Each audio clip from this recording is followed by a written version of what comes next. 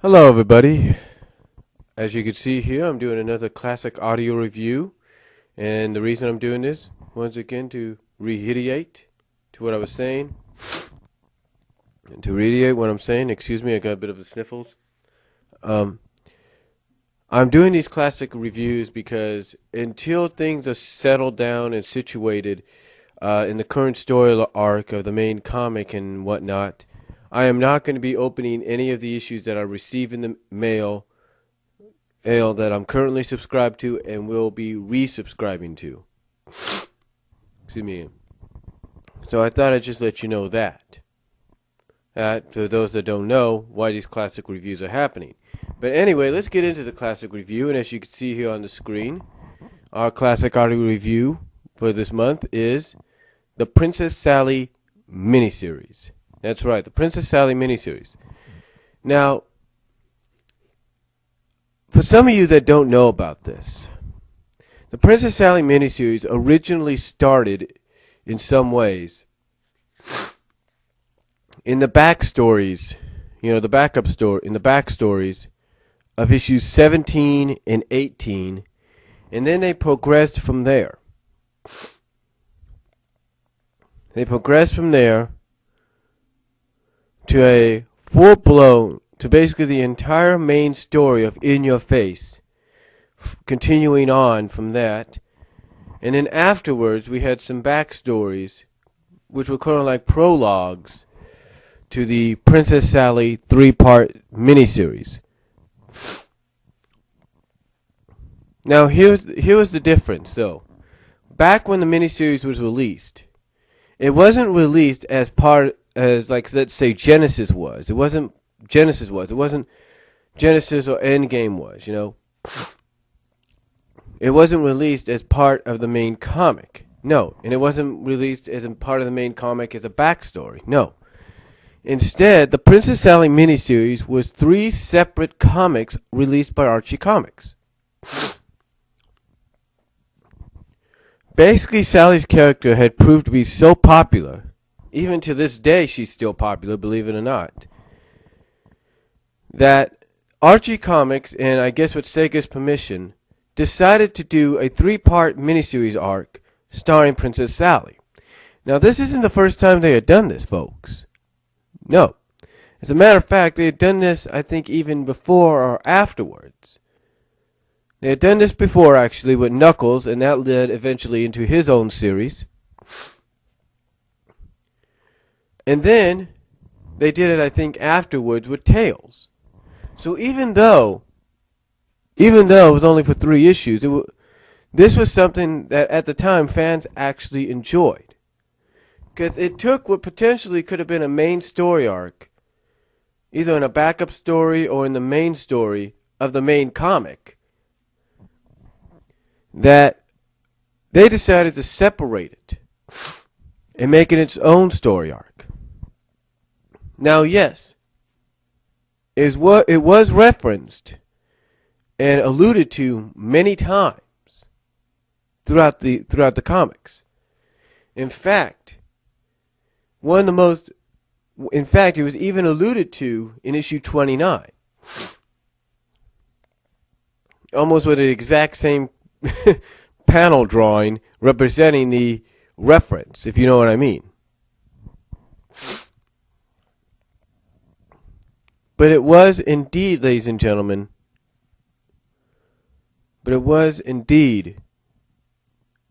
referenced many times throughout the main comic. Heck, it was recently represented in the main comic about a year or 2 ago when Sally was put on trial by the Royal Council, and mostly Hamlin. So, to say that this miniseries has had an impact is saying a lot, because it did.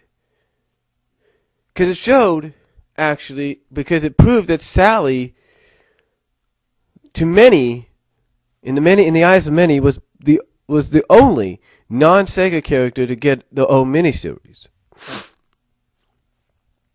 But when you think about it, you take a look at all the merchandise around, whether it's from Sega World or or not, or whether it's books like of how to draw Sonic and Sonic the Hedgehog and Company, or whether it's novels and all that, you see her on there.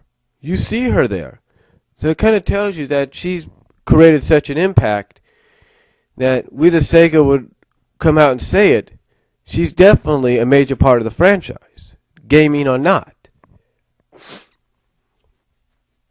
But getting back on topic here, the Princess Sally miniseries, like I said, its origins, in my opinion, started in the back issues, not in the back issues, but in the backstories of issues 17 and 18, continued on in the 48-page special, in the main story of the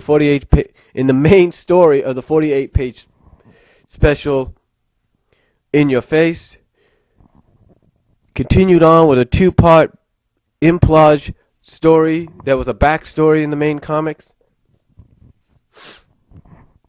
I think it was around 19 and 20, I believe. And then that implage in those backstories led us to the miniseries. Now the miniseries did introduce the implage as well as the miniseries did introduce us to some new characters. More importantly, it introduced us to the character of Jeffrey St. John.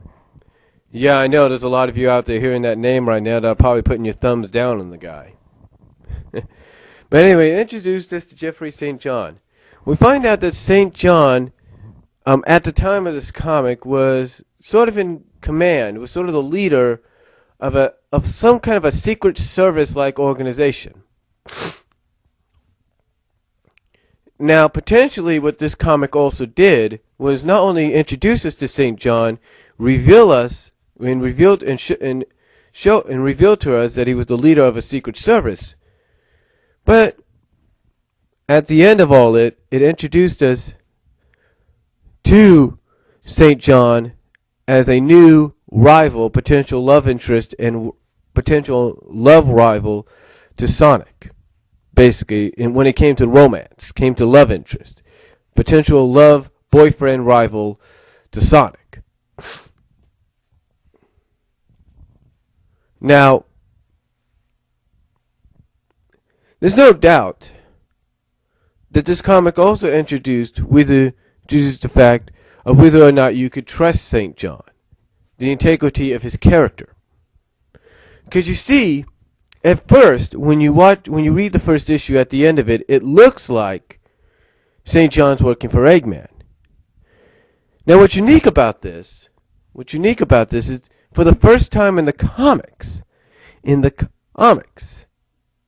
full-fledged story, not just a short appearance in an earlier issue, in a real earlier issue, like at, say, the very beginnings, but full-on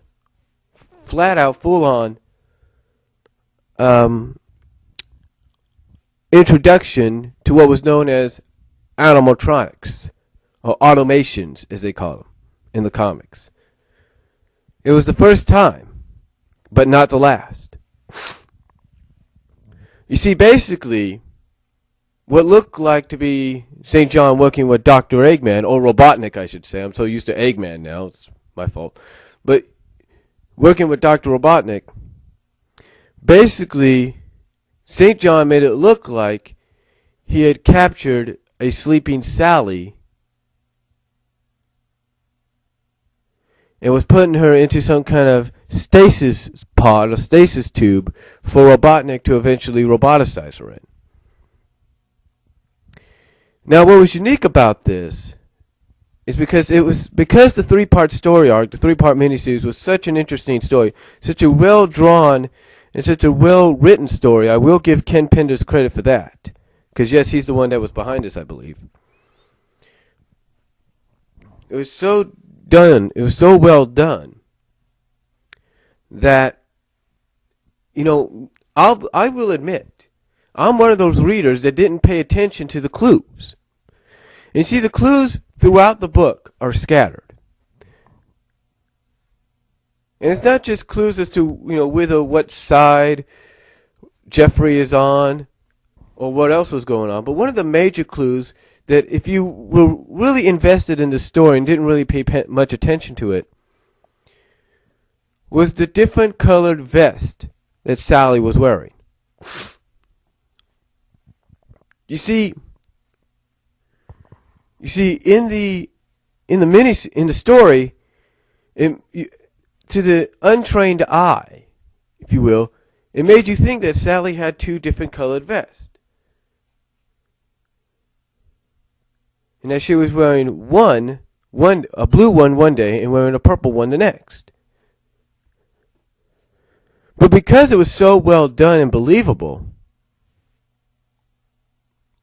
you didn't know what was going on. And I hate to say this, I give Ken Penders credit on that. The overall story arc, though, was very intense. The plot was basically like this. Sally was training and leading a new group of freedom fighters. Hamlin, I can't even think of her other name, Penelope, and Armadillo. The Armadillo is kind of forgettable. I can't remember some of the names, but I know Hamlin and Penelope stand out. She was leading them, believe it or not, along with Jeffrey as well, on a mission to destroy certain fortresses of Dr. Robotnik's that were not just fortresses, but they were basically kind of like warehouses, manufacturing plants and all that to create automations and stuff. Or something like that. I don't know what it was. And it all finally climaxed in the final issue. Now, again, what was interesting about this, again, was you didn't know what side Jeffrey was on. In fact, even Hamlin questioned what was going on. And again, the ending was fantastic. Because you had no idea what was going on. You didn't know what was happening. And it wasn't until the very end where you found out the truth.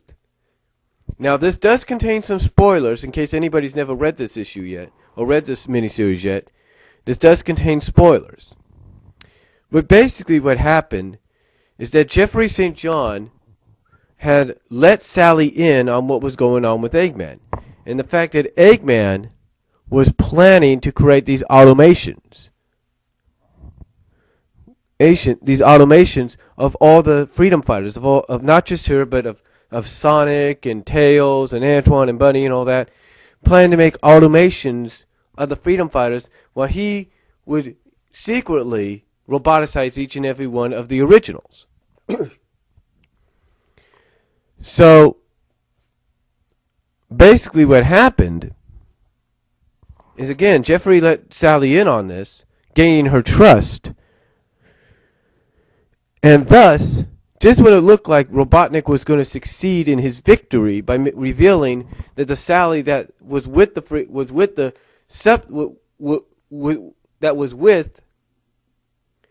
the trainees, if you will, the freedom fighters in training, just as he was about to revel in the victory and gloat about the fact that Sally was one of his automations and he was about to roboticize the real Sally, that's when things started to really still be a little confusing. Because just like the substitute freedom fighters,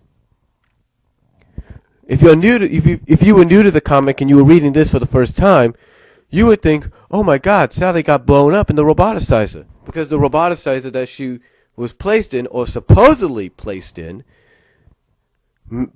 malfunctioned, and it ended up blowing up from the inside. But it wasn't until after the malfunction that Sally revealed her true self to Robotnik and basically told him that she had been onto his plan the entire time. Overall, I will say this. Now they do defeat Robotnik, and they do take down his automation plants and stuff like that. And Sally does have the freedom fighters have her trainees graduate to becoming freedom fighters, or eventually, as we would find out later on, substitute freedom fighters. Now, over now overall, it was a very, very good story arc, and definitely worth reading the 3-issue miniseries that it was contained in.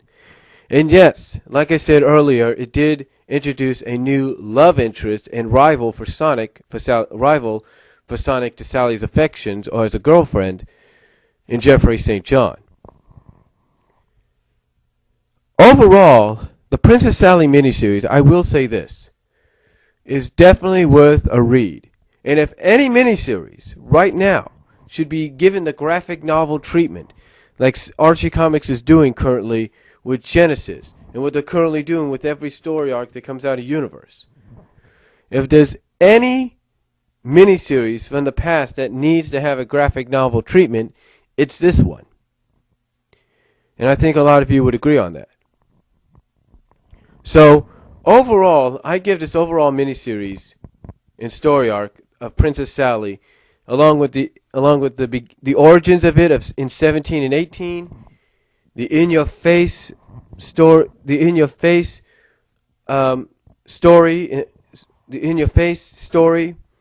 as well as the prologues to it. I give it all. Believe it or not, I give it all, and believe it or not, you may feel I'm being too favoritism about this, but I give it a 10 out of 10. That's what I give this overall story thing, overall Princess Sally thing. Princess Sally epic or arc, if you want to call it. Because to me, this is how something should be written when concerning everybody's favorite and at times not so favorite princess in the Sonic the Hedgehog franchise.